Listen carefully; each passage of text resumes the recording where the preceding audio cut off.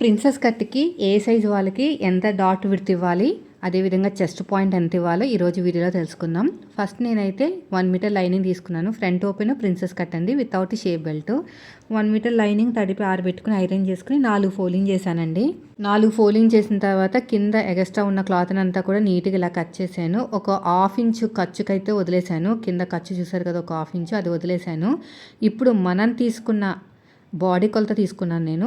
9 ఇంచులు అయితే వచ్చిందండి. కింద ఖర్చులు వదిలేసి పైన కూడా ఖర్చులు వదిలేసి రెడీ అయిన తర్వాత 9 ఇంచులు వచ్చేటట్టు మార్కింగ్ వేసుకోండి. ఆర్మ్ లూజ్ 8 ఇంచులు. ఆర్మ్ లూజ్ 8 ఇంచులు అంటే చంక డౌన్ వచ్చేసి మనం 3.5 ఇంచు తీసుకోవాలి. స్ట్రేట్గా ఆర్మ్ లూజ్ తీసుకుంటే ఆర్మ్ లూజ్లో 1 ఇంచు మైనస్ చేయాలి. 8 ఇంచులు కదా, 1 ఇంచు మైనస్ చేసి స్ట్రేట్గా చూసుకోవాలి.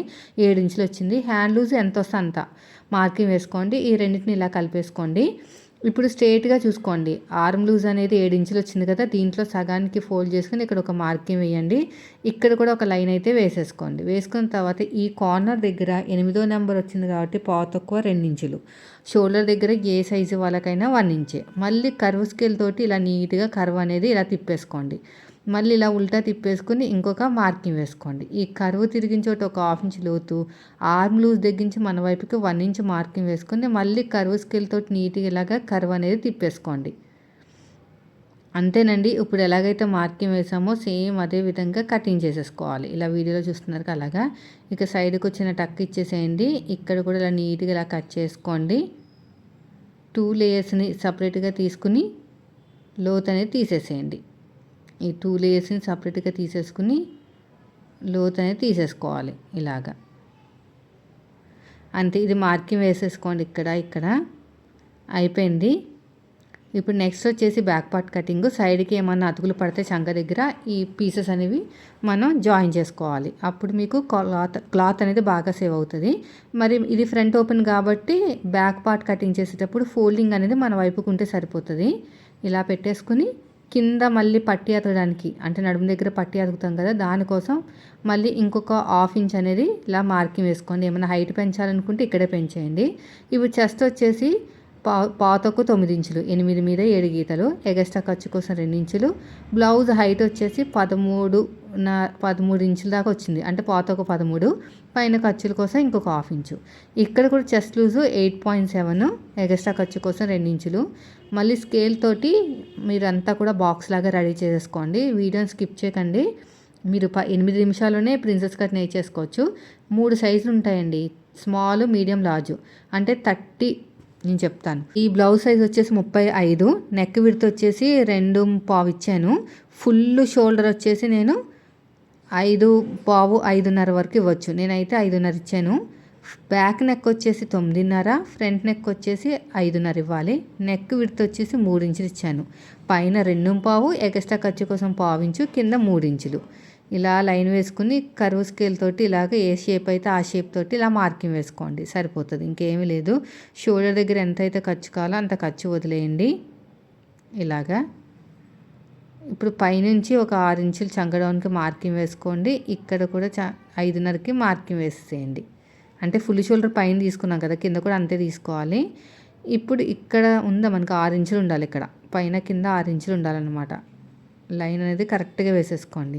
ఇప్పుడు కర్వ్ స్కేల్తో కర్వ్ అనేది తిప్పేసుకోవాలి. ఇక్కడ కూడా చెక్ చేసుకుంటున్నాను నేను కరెక్ట్గా ఉందా లేదా అని. ఎందుకంటే ఒక్కొక్కసారి క్లాత్ కూడా క్రాస్లు ఉంటాయండి, క్లాతుల వల్ల కూడా మనకి ఫిట్టింగ్ పోతుంది అనమాట.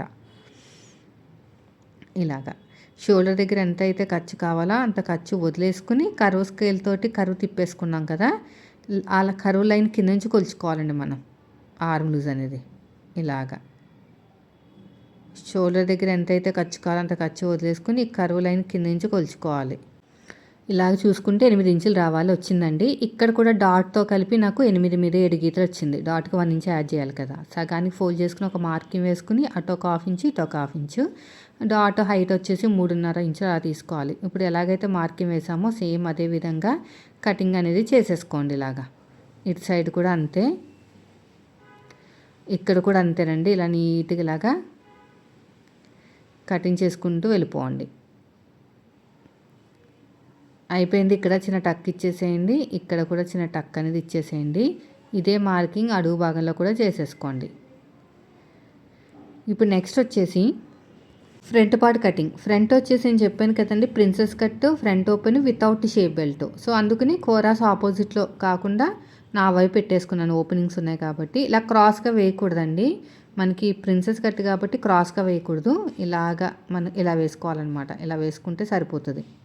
ఇలా కరెక్ట్గా వేసేసుకుని ఇక్కడ ఉక్సు పట్టి కాజా పట్టికి ఫ్రంట్ పార్ట్లో ఖర్చు కావాలి కదా, నేను ఇక్కడ వేస్తాను. ఇక్కడ వేస్తే కరెక్ట్గా సరిపోతుంది. ఇలా మన వైపుకి పెట్టేసుకోండి. ఇలాగ స్ట్రేట్గా రావాలి, స్ట్రేట్ కటింగ్ కదా, స్ట్రేట్గా రావాలి. ఇలా కరెక్ట్గా పెట్టేసుకోండి. ఇప్పుడు ఫోల్డింగ్ వైపుకి ఇలాగా చూసారు కదా, మన వైపుకి ఇలాగా ఇటు సైడ్ కూడా అంతే. ఇలా చక్కగా మార్కింగ్ వేసుకోండి. ఇదంతా కూడా నీట్గా ఇలా చంక దగ్గర కూడా అంతే. ఈ సైడ్కి ప్రిన్సెస్ కట్ కాబట్టి పైన 1 ఇంచు, కిందకు వచ్చేసరికి 2 ఇంచులు క్రాస్గా రావాలన్నమాట. అప్పుడు మాత్రం మీకు కరెక్ట్గా వచ్చేస్తుంది. చూడండి, నెక్ విడత అవన్నీ కూడా కరెక్ట్గా చూసుకోండి. ఇలా మొత్తం కూడా అంతే.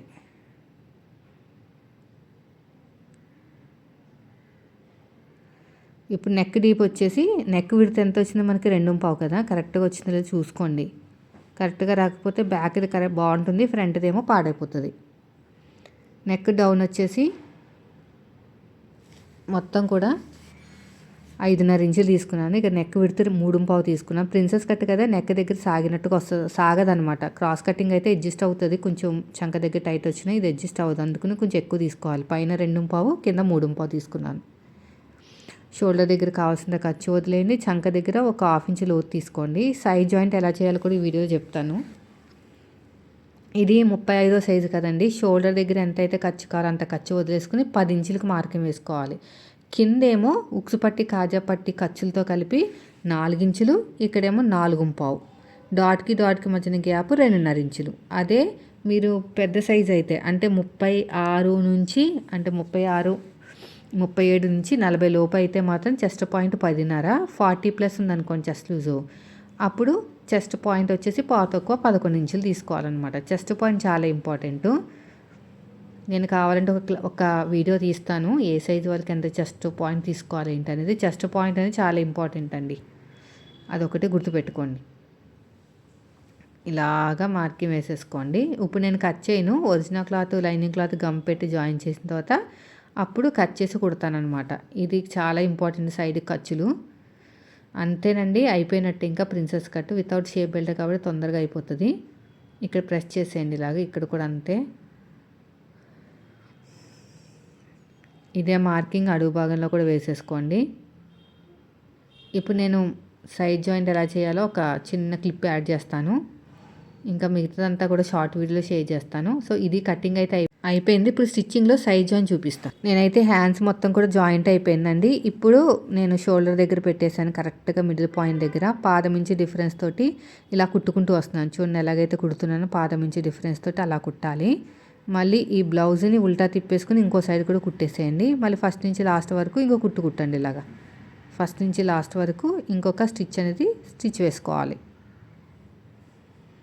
ఇదంతా కూడా అంతే. రెండో సైడ్ కూడా అంతేనండి. ఈ ఎగస్ట్రా ఉన్న క్లాత్ని కట్ చేసేయండి. రెండో సైడ్ కూడా ఇలా కరెక్ట్గా పెట్టేసుకుని రఫ్ ఇచ్చేసేయండి. ఫస్ట్ వచ్చేసి ఫ్రంట్ది ఫ్రంట్ వైపు, బ్యాక్ది బ్యాక్ వైపు.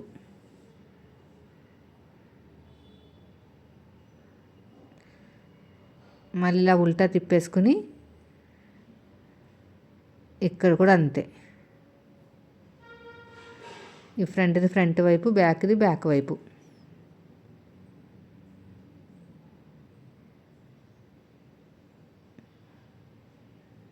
ఇలాగా రెండోది కూడా అంతే.